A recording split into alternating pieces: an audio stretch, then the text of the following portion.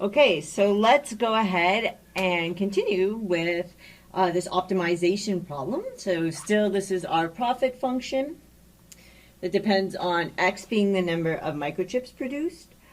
We had our domain was the non-negative integers, and then we knew that we had our maximum number of our maximum profit when we had 75 microchips. And so now I've added some new parts for us to do. We want to use the second derivative test to confirm that we indeed have a maximum. We want to figure out what that maximum actually is, and then we want to sketch the graph and kind of indicate the maximum on this graph. So let's go ahead and get started with this. So for C, so let's look at C first. Right. Kind of again, let's write solutions. Let me know that we've started our solutions here.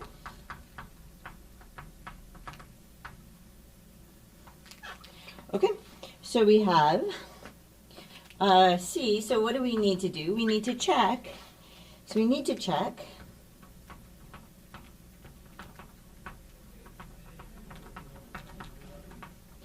So let's kind of highlight this in red so that we know we're talking about this. So we have our maximum at x equals 75 microchips.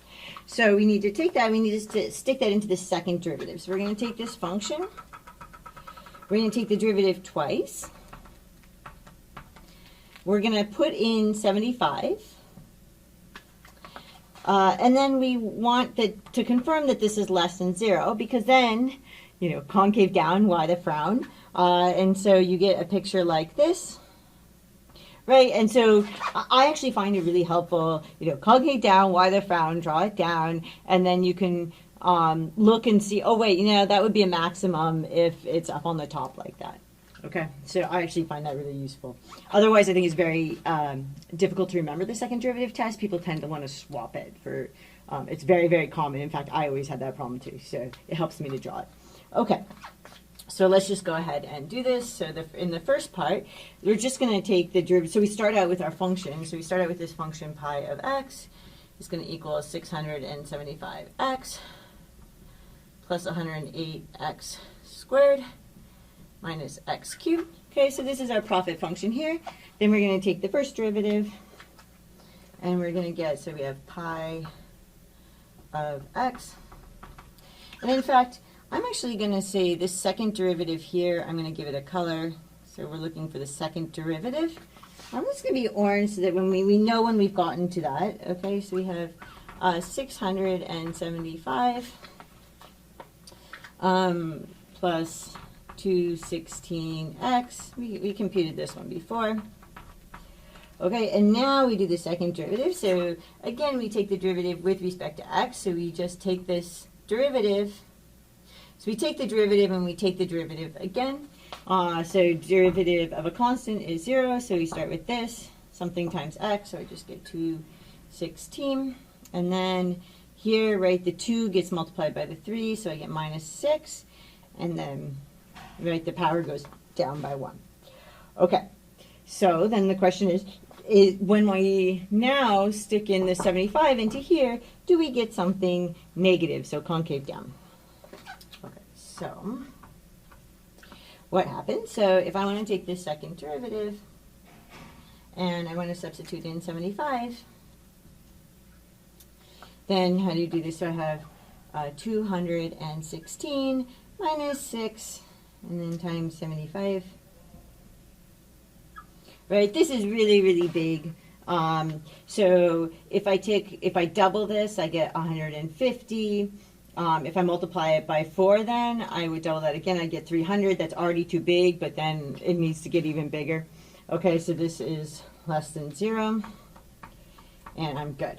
Okay, what did I do? I took the derivative twice to get the second derivative. I substituted my critical point, and I saw that indeed that gave me something less than 0, so I am a maximum. Okay, next part. So for the maximum profit,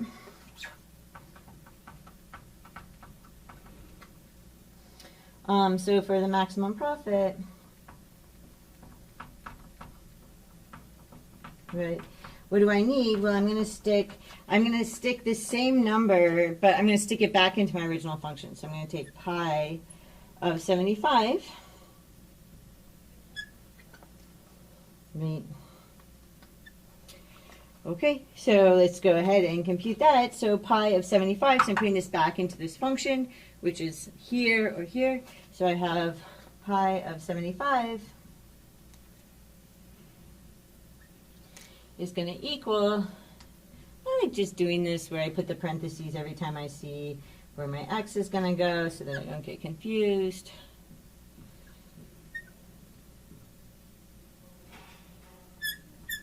And then I'm going to go ahead and put 75 into there.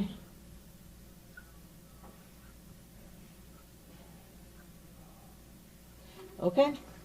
And then once you go ahead and compute this, you should get out 236,250. Okay. So what does that tell me? That tells me that my maximum profit is, so my max profit is going to equal $236,250. Right, this is a profit. This is dollars. Okay, that happens when I produce 75 microchips. Okay, so now the last step that we want to do is we actually want to draw this. So, let's just get my Y. I have my X. And then I have my graph of my function is actually going to look something like, so it goes down and then it comes up here and then it goes up and then it goes down and the limit is actually, so the thing to observe here, so this is the part where we notice that this is true, so this limit is going to negative infinity. So noticing here, right, that the limit of pi of x as x goes to infinity is minus infinity, okay? So that tells us, right, and you can kind of see, so here's our maximum. So this point is actually, what is this point here? This point, so this is going to be above. This is our critical. This is our critical point. You can see it is indeed concave down there, just like we wanted. And we have 75. And then the other thing, right, so this is actually, and then this is pi of 75, which was our number.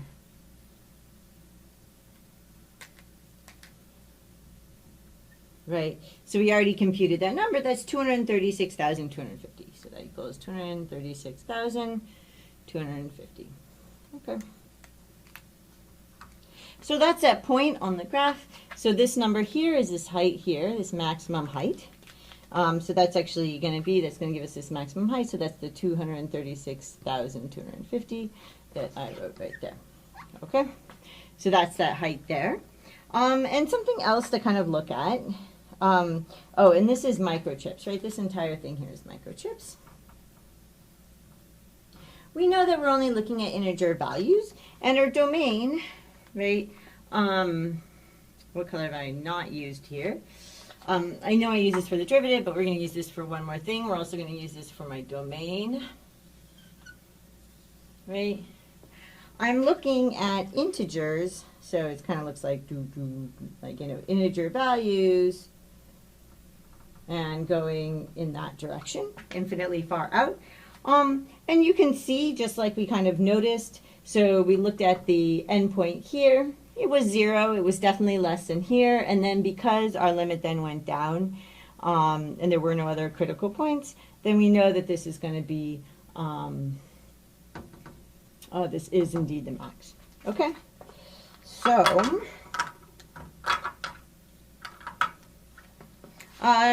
in order to actually figure out this maximum profit, we had to stick where our maximum was at, or 75, back into our original function. So that was something that we had to do. We tested that we had achieved a maximum using the second derivative test. So we had to take the derivative twice, and then substitute in our 75 again, this number where we knew our maximum was at, or we were hoping our maximum was at.